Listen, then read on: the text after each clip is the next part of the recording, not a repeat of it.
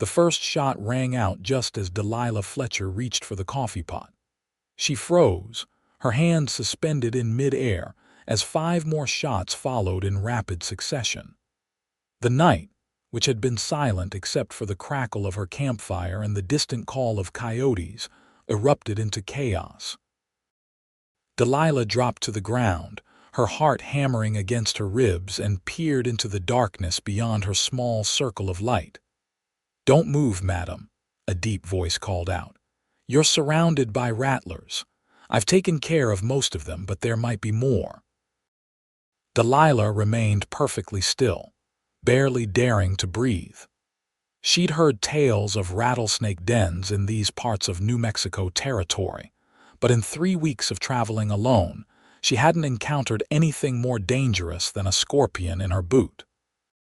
A figure emerged from the shadows, a tall man with a wide-brimmed hat and a revolver still smoking in his hand. In the flickering firelight, she could make out strong features beneath several days' worth of stubble. "Flynn Patterson," he said, tipping his hat slightly. "Don't mean to intrude on your camp, but I spotted the den when I was tracking some strays. Figured I'd better check if anyone was nearby." He holstered his gun and stepped closer to the fire. "You're lucky I came along when I did." Delilah slowly rose to her feet, brushing the dust from her skirt. "I'm obliged, Mr. Patterson." She gestured to the coffee. "Would you care for a cup? It's the least I can offer." Flynn nodded, his eyes scanning the perimeter of her camp. "Best keep your boots on tonight and step careful in the morning. Rattlers don't usually come close to fire, but it's a dry summer and they're getting bold." "I'm Delilah Fletcher," she offered, pouring coffee into a tin cup and extending it toward him. As he stepped forward to take it, the firelight illuminated his face fully for the first time. Delilah felt her breath catch slightly. He wasn't handsome in the conventional way. His face was too weathered, his expression too guarded, but there was something compelling about his clear blue eyes and the firm set of his jaw. "Traveling alone?" he asked, nodding toward her modest wagon. "That's mighty dangerous for a woman in these parts." "I've managed well enough," she replied, lifting her chin slightly. "I'm headed to Stein's Pass." Flynn raised an eyebrow. "That's where I'm headed myself, delivering cattle to the railroad." He took a sip of the coffee. "If you don't mind my asking, what business takes a lady to Stein's Pass alone?" Delilah hesitated. She'd learned to be cautious about revealing too much to strangers, but this man had possibly saved her life. "My aunt passed recently, left me her boarding house. I'm going to run it." Flynn nodded slowly. "Martha Fletcher's place. Heard she passed. My condolences." "Thank you." Delilah busied herself with the coffee pot to hide the sudden welling of tears. Aunt Martha had been her only family since her parents had died of fever when Delilah was 16. At 22, she was now truly alone in the world, with nothing but a boarding house in a frontier town she'd never seen. "I'll be camped just over that ridge," Flynn said, handing back the empty cup. "If you hear anything in the night, anything at all, you fire this into the air." He pulled a small derringer from his vest pocket and placed it on her supply crate. "I sleep light." Before Delilah could protest or thank him properly, he tipped his hat again and melted back into the darkness, leaving her alone with the crackling fire and the bodies of 6 rattlesnakes at the edge of her camp. Morning came with a brilliant sunrise painting the New Mexico sky in shades of orange and gold. Delilah had slept fitfully, starting at every sound, the derringer clutched in her hand beneath her blanket. She rose with the first light, rekindled her fire, and began preparing a simple breakfast of corn dodgers and bacon. She wasn't entirely surprised when Flynn Patterson appeared at the edge of her camp, leading 2 horses, his own muscular bay and a dappled mare. "Thought I'd ride alongside you today, if you don't mind," he said without preamble. "There's safety in numbers, and we're headed the same way." Delilah considered protesting. She'd managed 3 weeks on the trail alone and was fiercely proud of her independence, but the memory of those rattlesnakes was still fresh. Besides, there was something reassuring about Flynn's presence. "I'd appreciate the company," she said finally, offering him a plate. They ate in companionable silence, watching the sun climb higher in the sky. Flynn helped her break camp efficiently, and by mid-morning they were on the trail, her wagon rolling steadily behind Flynn's horse. "How'd you come to be a cattle driver?" Delilah asked after they'd been traveling for an hour, the silence broken only by the creak of wagon wheels and the occasional call of a hawk overhead. Flynn adjusted his hat against the strengthening sun.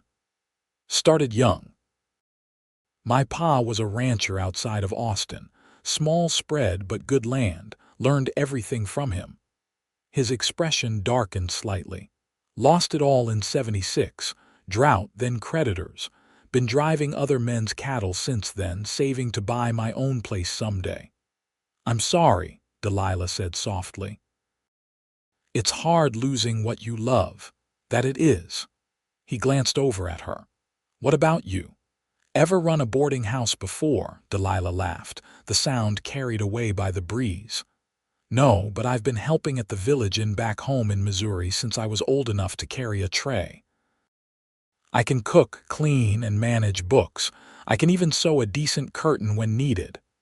"Sounds like you've got the makings of a good businesswoman," Flynn observed. "I hope so." Delilah's voice grew more serious. "It's all I have now." They lapsed into silence again, but it was a comfortable one. As the day wore on, the terrain became more rugged, the trail winding between rocky outcroppings and stands of scrub oak. The heat intensified. Shimmering off the distant hills by mid-afternoon, they reached a small stream, a blessing in the parched landscape. They stopped to rest the horses and replenish their water supplies. Delilah was kneeling by the water, filling her canteen when she heard a faint buzzing sound. She froze, remembering the rattlesnakes from the previous night. "Don't move," Flynn said quietly from behind her. She felt rather than saw him draw his revolver. The shot cracked through the air, and Delilah bit back a startled cry. When she dared to look, she saw a rattlesnake not 3 feet from where she knelt, its head now separated from its body. "They like water sources," Flynn explained, holstering his gun and moving forward to kick the snake's remains away from the stream. "Always best to check before you kneel down out here." Delilah's hands trembled slightly as she capped her canteen. "I've never seen so many snakes. Back home we had copperheads, but they usually kept to themselves." "This is rattler country," Flynn said, his eyes scanning the rocky banks. "Especially this time of year when they're looking for water. You'll need to be careful in Stein's Pass too. Towns built right in their territory." Delilah nodded, standing up shakily. "Thank you, again." Flynn's expression softened almost imperceptibly. "Just doing what anyone would do." "Not anyone," she countered, meeting his gaze directly. "Most men would have ridden past my camp last night, not stopped to check for danger." Something flickered in Flynn's eyes, surprise, perhaps, or a hint of vulnerability quickly masked. "We should get moving," he said. "Still a good stretch to cover before nightfall." They reached a suitable camping spot just as the sun was beginning to set, a small clearing sheltered by rocky outcroppings that would block the wind. Flynn insisted on checking the area thoroughly for snakes before allowing Delilah to begin setting up camp. As they worked together preparing the evening meal, Delilah found herself studying Flynn when he wasn't looking. There was an efficiency to his movements, a quiet competence that she found oddly compelling. He wasn't much for conversation, but when he did speak, his words were thoughtful and direct. After dinner, as they sat by the fire sipping coffee, Flynn surprised her by asking, "What was it like growing up in Missouri?" Delilah smiled at the unexpected question. Green, she answered immediately. So much greener than this. Rivers and forests and meadows full of wildflowers in the spring. Her smile faltered slightly. It was a good place to be a child, less so for a woman alone. Trouble? Flynn asked quietly. Delilah stared into the fire. After my parents died, I stayed on at the inn where I worked. The owner's son had expectations. When I refused his proposal, things became difficult. She shrugged, attempting nonchalance. When I received the letter about Aunt Martha's passing and the inheritance, it seemed like providence. Flynn nodded slowly. Fresh starts have their value. What about you? Delilah asked. Any family waiting somewhere? A shadow crossed Flynn's face. No, lost my mother young. Pa died after we lost the ranch. My brother Jacob headed to California during the gold rush years ago. Haven't heard from him since '72.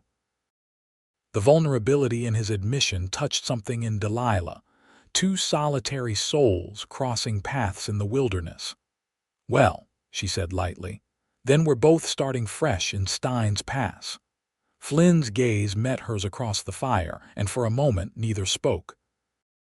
There was a connection forming between them, tenuous but undeniable, like a thread spun from the shared understanding of loss and resilience. The moment was broken by a distant howl, a coyote calling to its pack. Flynn stood, practical once more. I'll take first watch. You get some sleep. You don't need to stand watch, Delilah protested. Surely we're safe enough here. Rattlesnakes aren't the only danger in these parts, Flynn said grimly. There have been reports of bandits working this trail. Better safe than sorry. Delilah wanted to argue further, but exhaustion was settling into her bones after the long day's travel. Wake me for the second watch, then, she said, preparing her bedroll near the fire. I will, Flynn promised, though something in his tone suggested he had no intention of doing so. Delilah fell asleep to the soft sounds of Flynn checking his rifle and adding wood to the fire. And for the first time since leaving Missouri, she felt truly safe. She awoke to the smell of coffee and bacon, the sky just beginning to lighten in the east.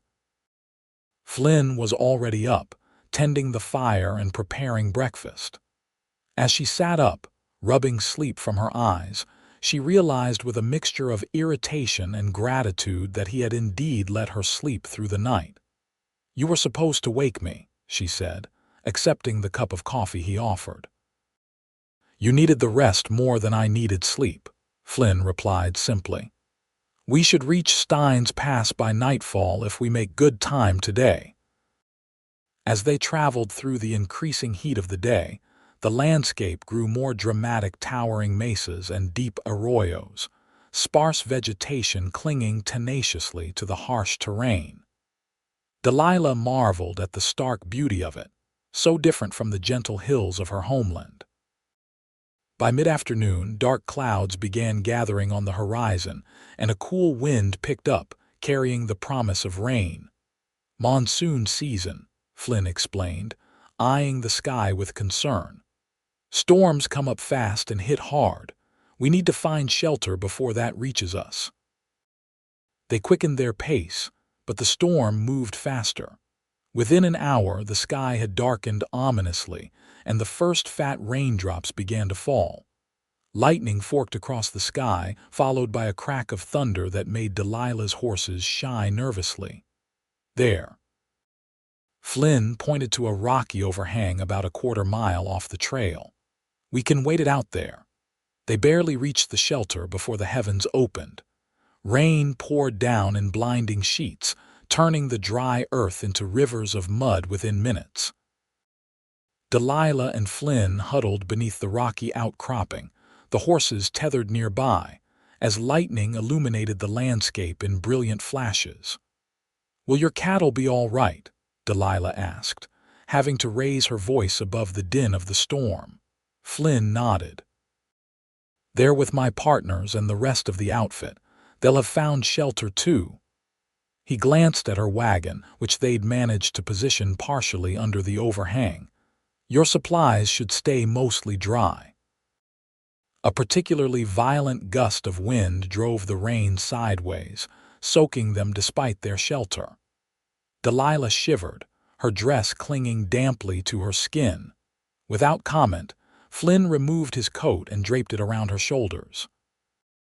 The warmth of it, carrying his scent leather tobacco and something uniquely him, enveloped her. "Thank you," she said, pulling it closer. "But now you'll be cold." "I'm used to worse," he replied with a slight shrug. They stood in silence for a time, watching the storm rage around them. Despite the ferocity of the elements, there was something almost peaceful about being sheltered together, apart from the world. "It's beautiful in its way," Delilah observed as lightning illuminated the valley below, revealing a landscape transformed by sheets of water.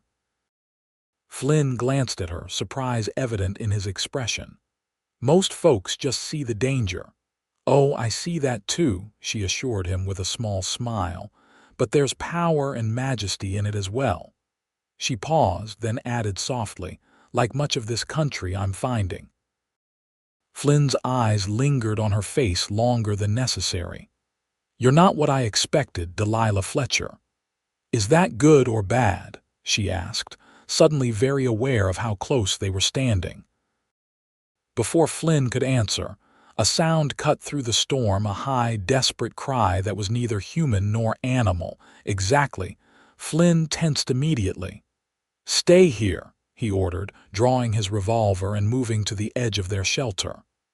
"What is it?" Delilah asked, straining to hear the sound again over the rain. "Not sure." Flynn's expression was grim as he peered into the downpour. Could be a wounded animal, or the cry came again, clearer this time, and Delilah's heart constricted. "That's a child," she said with certainty, already moving forward. Flynn caught her arm. "If it is, they're not alone out here. Could be a trap." Delilah met his gaze steadily. "Or it could be a child in danger. I can't ignore that, Flynn." Something in her voice or expression must have convinced him. Flynn nodded once, his jaw set. "Stay behind me. Keep your eyes open." They ventured out into the rain, Flynn leading the way with his revolver at the ready. The crying grew louder as they approached a cluster of boulders about 50 yards from their shelter. As they drew closer, Delilah could make out a small form huddled against the largest rock, a child of perhaps 6 or 7 years, soaked to the skin and shivering violently. "Hello there," Delilah called gently, moving past Flynn despite his warning gesture. "Are you hurt?" The child, a boy, she could see now, looked up with wide, frightened eyes. He spoke rapidly in Spanish, his words incomprehensible to Delilah. "He's lost," Flynn translated, holstering his weapon and kneeling beside the boy. "Got separated from his family when the storm hit." Flynn spoke to the child in Spanish, his tone gentle and reassuring. The boy responded haltingly, tears mixing with the rain on his face. "His name is Miguel," Flynn told Delilah. "His father works for one of the ranches near Stein's Pass. They were returning from a trading trip when the storm separated them." "We need to get him warm and dry," Delilah said, already shrugging off Flynn's coat to wrap around the boy. "He's freezing." Flynn nodded, lifting Miguel easily in his arms. "The storm's starting to ease. Let's get back to the overhang." By the time they returned to their shelter, the rain had indeed slackened, though lightning still flickered on the horizon. Flynn set Miguel down gently while Delilah rummaged in her wagon for dry blankets and her medical kit. Working together, they stripped off the boy's sodden clothes, dried him as best they could, and wrapped him in blankets. Delilah coaxed him to drink some water mixed with a little whiskey from Flynn's flask to ward off chill, while Flynn built up their fire again. Miguel watched them both with solemn eyes, still frightened but no longer crying. When Flynn spoke to him again in Spanish, the boy nodded and pointed vaguely northward. "He thinks his father would have continued toward town," Flynn explained. "Once the storm passes completely, we can head that direction. Chances are they'll be looking for him."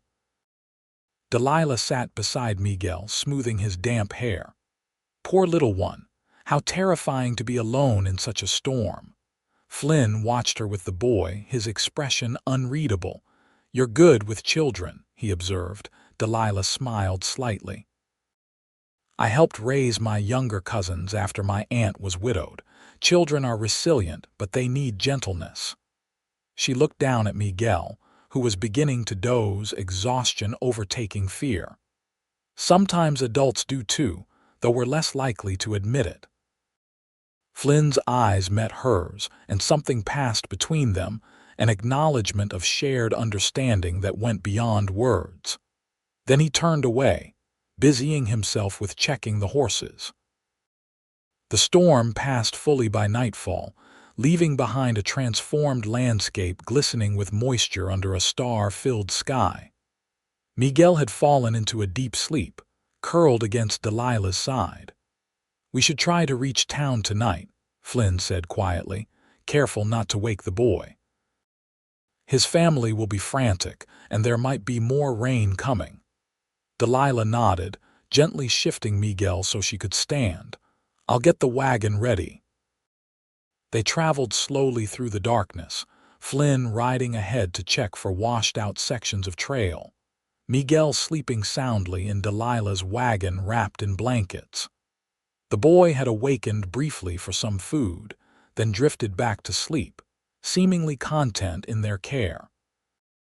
The lights of Stein's Pass appeared on the horizon just before midnight, a scattered collection of golden pinpricks against the vast darkness.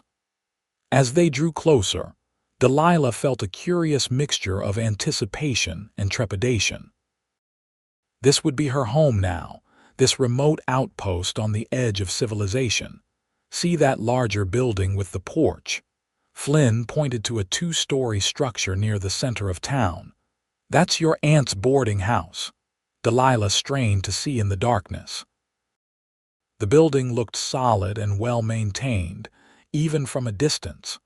Something tight in her chest eased slightly. This was real. This was her future.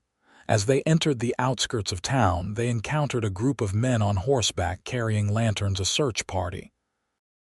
When they spotted Flynn and Delilah's wagon, they called out, riding forward quickly. A wiry man with a weathered face spurred his horse ahead of the others, his expression taut with worry. When Flynn called out in Spanish and indicated the sleeping child in the wagon, the man's face transformed with relief. He dismounted in a rush, calling Miguel's name. The boy awoke, blinking in confusion, then broke into a smile of pure joy. "Papa!" he cried, scrambling from the wagon into his father's arms. The reunion brought tears to Delilah's eyes, the fierce embrace, the rapid exchange of Spanish, the father's hand checking his son for injuries even as he held him close. This was love in its purest form, unguarded and unashamed. Flynn translated the father's profuse thanks, but Delilah shook her head. "Please tell him no thanks are necessary. Anyone would have done the same." As the search party turned back toward town, Miguel's father insisted they accompany him to his home for a proper meal and rest. Despite their protests that they'd be fine at the boarding house, he was adamant. "It would dishonor him to refuse," Flynn explained quietly to Delilah. "Hospitality is sacred here." So it was that Delilah's first night in Stein's Pass was spent not in her inherited boarding house, but in the modest home of Miguel's family on the outskirts of town. Elena, Miguel's mother, embraced Delilah with tears of gratitude before ushering her to the warmth of their hearth. Despite the language barrier, the women communicated through gestures and the universal language of shared work as they prepared a late supper. Flynn sat with Miguel's father, Carlos, and several neighbors who had come to celebrate the boy's safe return. Though Delilah couldn't understand their conversation, She noticed how differently Flynn behaved among these men, more relaxed, his Spanish flowing easily, occasionally breaking into laughter that transformed his usually serious face. As the night progressed, more neighbors arrived with food and drink, turning the occasion into an impromptu celebration. Someone produced a guitar, and music filled the small home. Delilah found herself swept into a circle of women who taught her the steps to a traditional dance, laughing good-naturedly at her mistakes. From across the room, Flynn watched her, a smile playing at the corners of his mouth. When their eyes met over the heads of the dancers, Delilah felt a flutter in her chest that had nothing to do with exertion. Later, as the celebration began to wind down, Delilah stepped outside for a breath of fresh air. The night was cool after the storm, the sky impossibly clear, stars scattered like diamonds across the darkness. "Quite a welcome to Stein's Pass," Flynn's voice came from behind her. He joined her at the edge of the small porch, leaning against the railing. Delilah smiled, looking out at the town spread below them. "Not what I expected, but wonderful in its way. These people have so little, yet they share everything." "That's the way of things out here," Flynn said. "People understand that survival depends on community." He glanced at her. "Your aunt was well respected in town. She lived that principle." "I hope I can continue her legacy," Delilah said softly. "You will." The confidence in Flynn's voice warmed her. "I've only known you 3 days, but I've seen enough to know you've got what it takes to thrive here." "And what does it take?" Delilah asked, turning to face him fully. Flynn considered her question seriously. "Courage, adaptability, a kind heart balanced with practical sense." His eyes held hers. "You have all that and something more, a way of seeing beauty where others might miss it." Delilah felt her cheeks warm at the unexpected depth of his assessment. "You see a great deal yourself, Flynn Patterson. In my line of work, observation can mean the difference between life and death." His expression softened slightly. "But I don't think I've ever looked forward to reaching the end of a cattle drive before." Before Delilah could respond to this subtle acknowledgement of their growing connection, they were interrupted by Alina, who came to announce that beds had been prepared for them. The following morning brought clear skies and a sense of new beginnings. After a hearty breakfast and emotional farewells to Miguel's family, the boy insisting on giving Delilah a smooth stone he considered lucky, Flynn escorted Delilah to her boarding house at last. The building was even more impressive up close, a solid 2-story structure with a wide front porch and large windows. A hand-painted sign reading "Fletcher House" hung beside the front door. "Your aunt added that east wing 5 years ago," Flynn explained as they approached. "Gives you 8 rooms for boarders, plus your private quarters at the back." Delilah glanced at him curiously. "You seem to know the place well." Flynn nodded. "I've stayed here on cattle drives before. Your aunt kept the cleanest rooms and served the best food in 3 territories." A surge of pride filled Delilah, followed quickly by apprehension. Those were significant footsteps to follow. The inside of the boarding house was clean and orderly, though it had the slightly stale air of a place unoccupied for some weeks. Simple but sturdy furniture filled the common areas, and a quick inspection revealed a well-equipped kitchen and dining room that could comfortably seat 16. "The lawyer left the key with Sheriff Taylor," Flynn said. "I can fetch him while you get settled." Delilah nodded, already mentally cataloging what would need to be done to open for business. "Thank you, Flynn, for everything." He tipped his hat, a gesture she was coming to find endearing. "My pleasure, Miss Fletcher." Left alone, Delilah wandered through the rooms that would now be her home and livelihood. Her aunt's private quarters at the back of the house were neat and personal, with colorful quilts on the bed and dried wildflowers in simple vases. Books lined small shelves, and a writing desk held neatly organized papers. On the desk sat a framed photograph of a younger Martha Fletcher standing proudly in front of the boarding house, and beside it, a smaller frame containing a faded picture of Delilah as a child with her parents. The sight brought tears to Delilah's eyes. Her aunt had kept her close in spirit all these years. A knock at the front door roused her from her reflections. Sheriff Taylor, a tall man with a graying mustache and kind eyes, greeted her warmly and officially handed over the deed to the property. "Your aunt was a fine woman," he said, accepting Delilah's offer of coffee. "She spoke of you often, said you had her same spirit."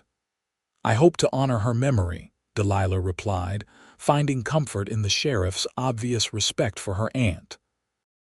"You've made quite an impression already," Sheriff Taylor observed, "rescuing young Miguel during that storm. Word travels fast in small towns." By mid-morning, Delilah had a steady stream of visitors, townsfolk coming to offer condolences for her aunt's passing and welcome her to Stein's Pass. Each brought something practical: bread from the baker's wife, candles from the general store owner, fresh eggs from a nearby farm. Flynn returned shortly after noon with several members of his cattle outfit. They carried Delilah's trunks from the wagon and insisted on helping with various small repairs around the property: a loose porch railing here, a sticky door there. Delilah found herself busy directing the unexpected workforce, grateful for their assistance but increasingly aware of Flynn's impending departure. As evening approached and the men prepared to leave, Flynn lingered on the porch while Delilah thanked everyone for their help. "The cattle should be loaded on the train by tomorrow afternoon," he said when they were finally alone. "I'll be heading back to Texas after that." Delilah felt a sharp pang of disappointment, though she'd known this moment was coming. Their paths had crossed briefly, a chance encounter in the wilderness, and now they would diverge again. "Safe travels, then," she said, striving to keep her voice steady. "And thank you again for everything. I don't know what would have happened if you hadn't come along when you did." Flynn studied her face for a long moment, as though committing it to memory. "I've been thinking about that," he said slowly, "about coincidences and timing." "Oh," Delilah's heart quickened slightly at his tone. "I wasn't supposed to be on that stretch of trail the night I found your camp," Flynn admitted. "The herd was following a different route, but I spotted strays and went after them." He shook his head slightly. "Something just pulled me in that direction." The implication hung in the air between them that perhaps their meeting had been more than mere chance.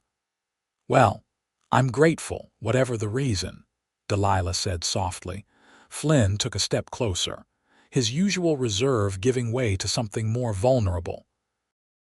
"I'd like to call on you properly when I return from Texas, if you'd permit it." Joy bloomed in Delilah's chest, bright and unexpected. "I'd like that very much." Flynn's smile, rare and transformative, made him look years younger. "Then I'll be back before the first snow falls." He reached for her hand, his calloused fingers gentle as they closed around hers. "That's a promise, Delilah Fletcher." He lifted her hand and pressed a kiss to her knuckles, the gesture both old-fashioned and startlingly intimate. Then, with a final tip of his hat, he turned and walked away, his tall figure silhouetted against the setting sun. Delilah watched until he disappeared from view, her heart full of unexpected hope. She had come to Stein's Pass seeking a fresh start, never imagining she might find something more precious along the way. The weeks following Flynn's departure passed in a flurry of activity as Delilah established herself in Stein's Pass. She reopened the boarding house within days of her arrival, welcoming a steady stream of travelers, cattle buyers, railroad men, the occasional family passing through on their way west. The work was hard but satisfying. Delilah rose before dawn each day to prepare breakfast for her boarders, spent mornings cleaning and maintaining the rooms, afternoons baking and preparing the evening meal, and evenings keeping the books and planning for the next day. Yet despite the long hours, she found herself thriving in this new life. The community embraced her warmly, particularly after the story of Miguel's rescue spread through town. Women invited her to sewing circles and church socials, while Miguel's family made sure she always had fresh vegetables from their garden. Delilah made a point of learning Spanish, practicing with Alina and Miguel during their frequent visits. The boy had attached himself to her, proudly showing her his favorite spots around town and teaching her words with the patient seriousness of a natural instructor. Through it all, thoughts of Flynn Patterson were never far from her mind. She found herself scanning the horizon whenever riders approached town, her heart beating a little faster until she confirmed it wasn't him. In quiet moments, she replayed their conversations, the memory of his rare smile warming her even as summer gave way to the crisp days of autumn. Letters arrived, occasionally brief messages written in a strong, clear hand, telling of his journey back to Texas, the purchase of a small herd of his own, his plans for the return trip. Delilah kept these letters in a box beside her bed, reading them so often she nearly knew them by heart. As October arrived, bringing cooler nights and the golden tinge of changing seasons to the landscape, Delilah began to watch the trails more anxiously. Flynn's last letter had indicated he would be starting the journey north by the end of September, which meant he could arrive any day. She was in the kitchen, elbow deep in bread dough, when she heard the commotion on the street outside. Voices called out in greeting, and the distinctive sound of hooves on packed earth drew nearer to the boarding house. Delilah's hand stilled, her heart suddenly hammering against her ribs. She wiped her flour-covered hands on her apron and moved to the window, peering out with bated breath. A small cattle herd was being driven through the main street, flanked by riders. And there at the front, tall in the saddle on his bay horse, was Flynn Patterson. He looked leaner than when he'd left, his skin darkened by months in the sun, but his straight-backed posture and watchful demeanor were unmistakable. As though sensing her gaze, he turned toward the boarding house, his eyes finding the window where she stood. Even from a distance, Delilah could see his face transform with a smile that sent warmth cascading through her. She stepped back from the window, suddenly aware of her disheveled appearance, hair escaping its pins, flour on her cheeks, the simple work dress she wore for baking days.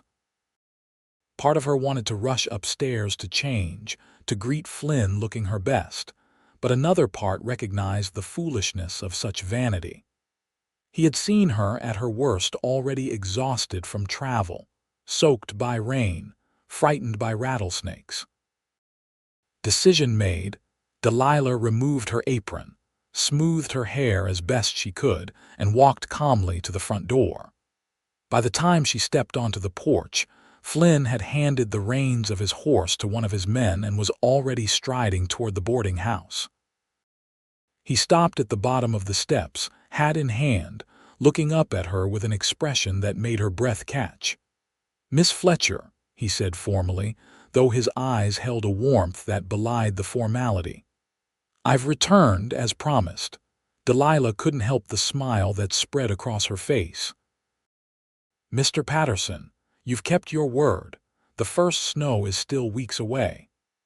"I found I couldn't stay away any longer," he admitted, mounting the steps to stand before her.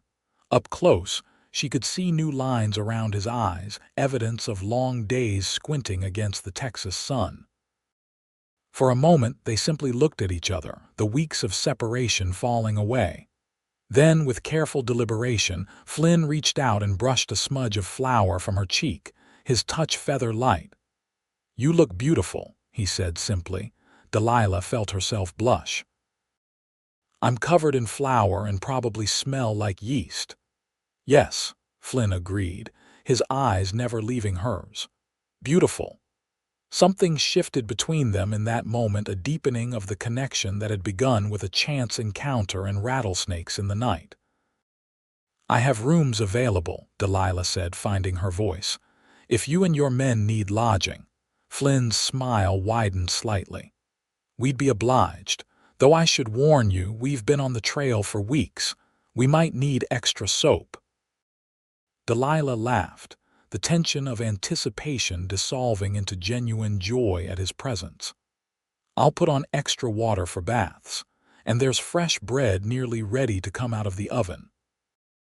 In that case, Flynn said, gesturing to his men who were driving the cattle toward the holding pens near the railroad, we'll get these beasts settled and be back before that bread cools. True to his word, Flynn returned within the hour, freshly shaved and wearing a clean shirt, though his trail dust still clung to his boots and trousers. His men followed, equally presentable considering their weeks on the trail. Delilah had prepared a hearty meal, the promised fresh bread, a venison stew that had been simmering all day, apple pie made with the first harvest from the small orchard behind the boarding house. The men fell upon the food with the enthusiasm of those who'd been eating trail cooking for too long, praising Delilah's culinary skills between mouthfuls. Flynn ate more moderately, his eyes frequently finding Delilah as she moved about the dining room, refilling coffee cups and offering second helpings. When the meal was finished and the other men had retired to the porch with pipes and conversation, Flynn lingered at the table. "You've made this place your own," he observed, looking around the dining room where Delilah had added her own touches, new curtains, fresh wildflowers on the tables, her mother's old quilt hanging on one wall. "It feels like home now," Delilah agreed, sitting across from him with her own cup of coffee. "I think Aunt Martha would approve. I'm certain she would." Flynn's expression grew more serious. "I've been thinking about what you said that day we met Miguel's family about how these people have so little but share everything." Delilah nodded, remembering the conversation clearly.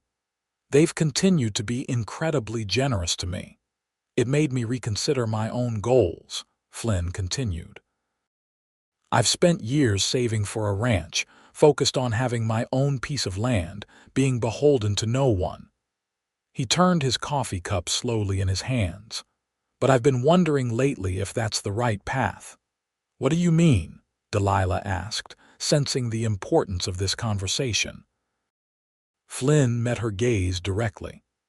"I bought a small herd with my savings instead of land, and I've been offered a partnership in a growing operation just outside of Stein's Pass." He paused, watching her reaction carefully. "If I accepted, it would mean staying here, permanently." Delilah's heart quickened at the implication. "And is that something you want?" "It depends," Flynn said quietly, "on whether there might be a future for me here, not just with cattle." The moment stretched between them, weighted with possibility. Delilah took a deep breath, gathering her courage. "I think there could be, if you were interested in exploring that possibility, together." Flynn's expression softened with relief and something deeper. "That's what I was hoping you'd say." The courtship that followed was conducted with the same straightforward honesty that had characterized their relationship from the beginning. Flynn called at the boarding house regularly, sometimes helping with repairs or heavy work, other times simply sitting with Delilah on the porch in the evenings after her duties were completed.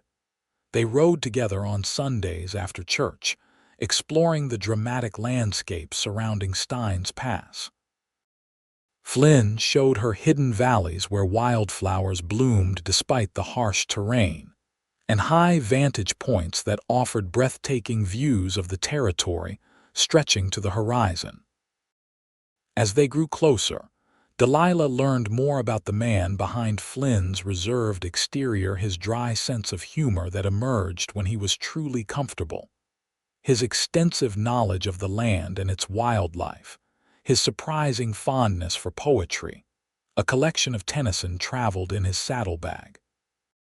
In turn, she shared her own dreams and fears, finding in Flynn an attentive listener who never dismissed her concerns or ambitions.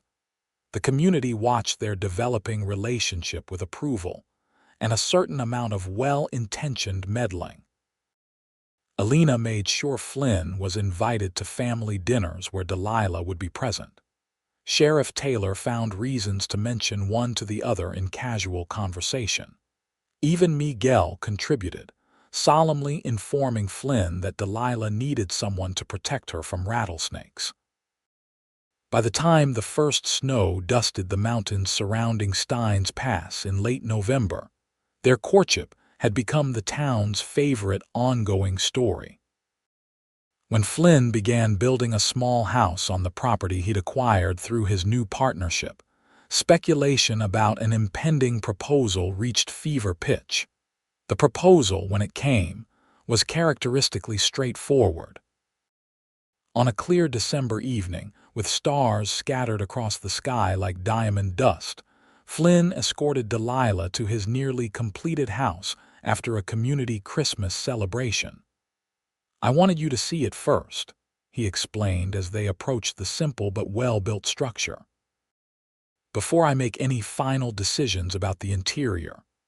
Delilah looked at him curiously as he lit a lantern and led her inside.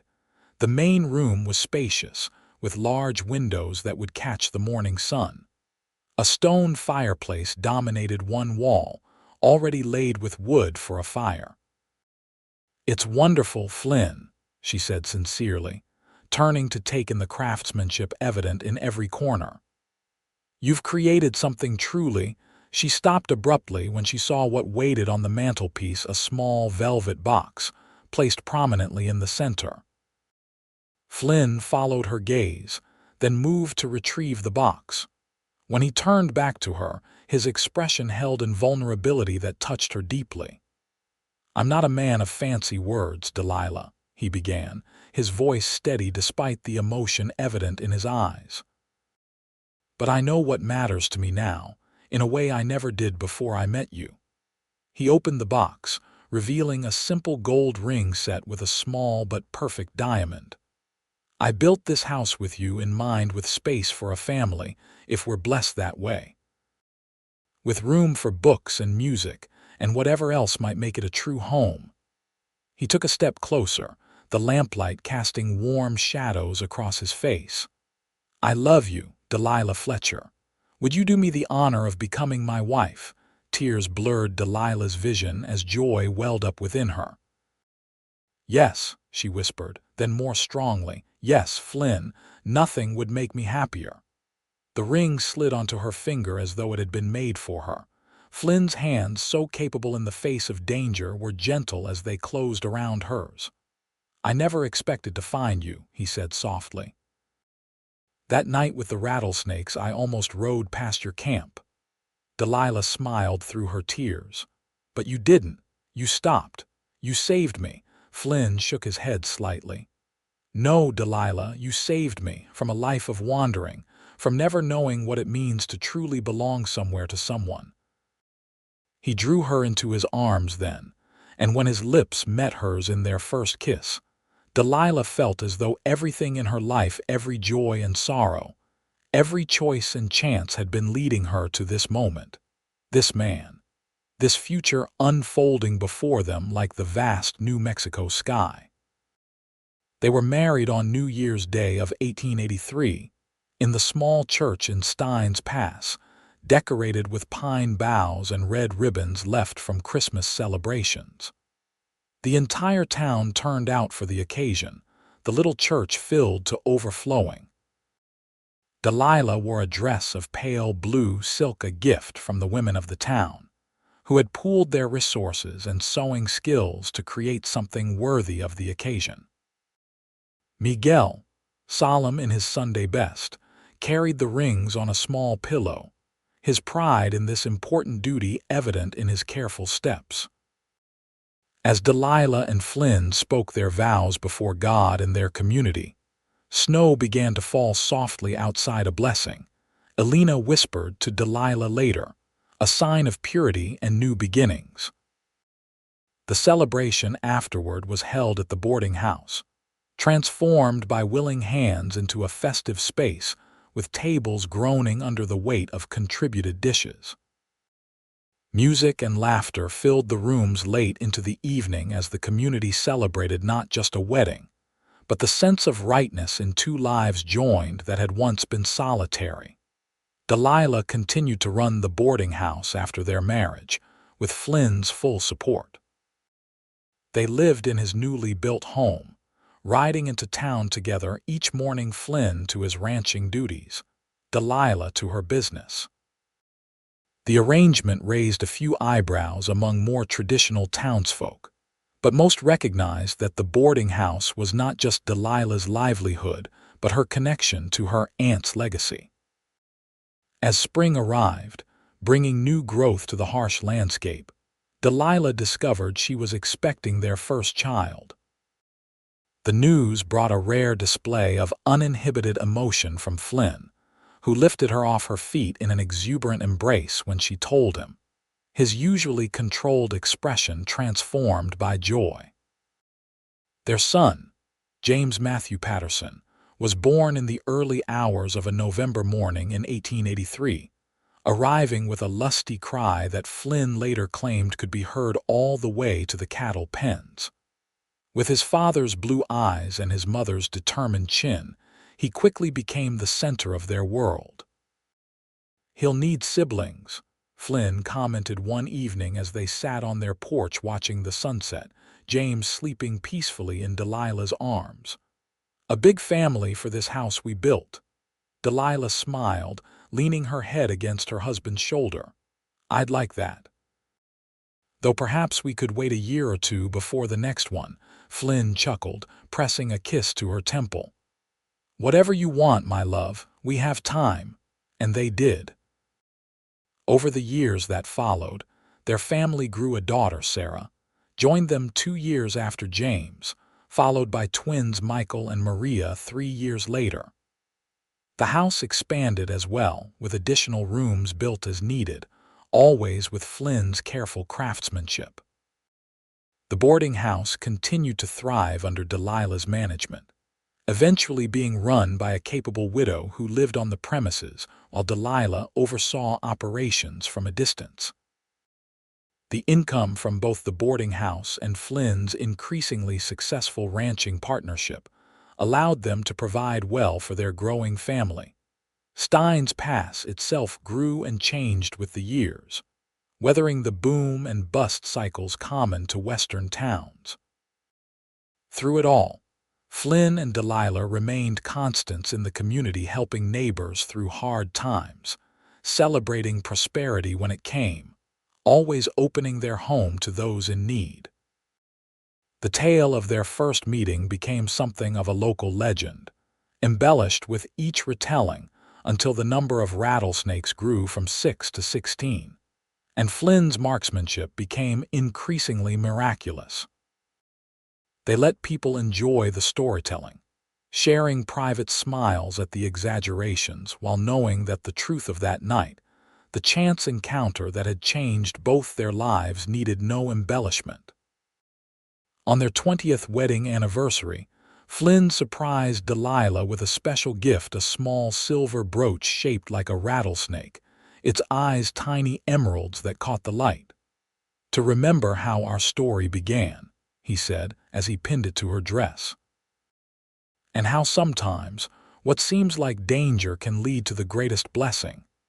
Delilah touched the brooch gently, then reached up to cup her husband's face, now lined with the evidence of years lived fully in sun and wind. "I think about that night often," she admitted. "How different everything would have been if you hadn't come along." Flynn turned his head to press a kiss to her palm. "I would have found you eventually," he said with the quiet certainty that had always been his nature. "Some souls are meant to find each other no matter what." As they stood together on their porch, watching their children playing in the yard and the sunset painting the New Mexico sky in breathtaking hues of gold and crimson, Delilah knew he was right. From rattlesnakes to romance, from chance to choice, their journey had unfolded exactly as it should. In the years that followed, as their children grew and eventually brought grandchildren into their lives, as Stein's pass weathered the transition from frontier outpost to established community, Flynn and Delilah remained inseparable. Their love, born in a moment of danger and nurtured through decades of shared joys and sorrows, became a touchstone for younger generations' proof that even in the harshest landscapes, the most beautiful things can flourish. And sometimes, on quiet evenings when the desert wind whispered around their home, Flynn would take Delilah's hand and remind her of the promise he had made so many years before that he would return before the first snow fell. A promise kept and renewed with each passing year, as certain as the seasons and as enduring as the love that had begun with a rattlesnake den and a stranger's unexpected kindness.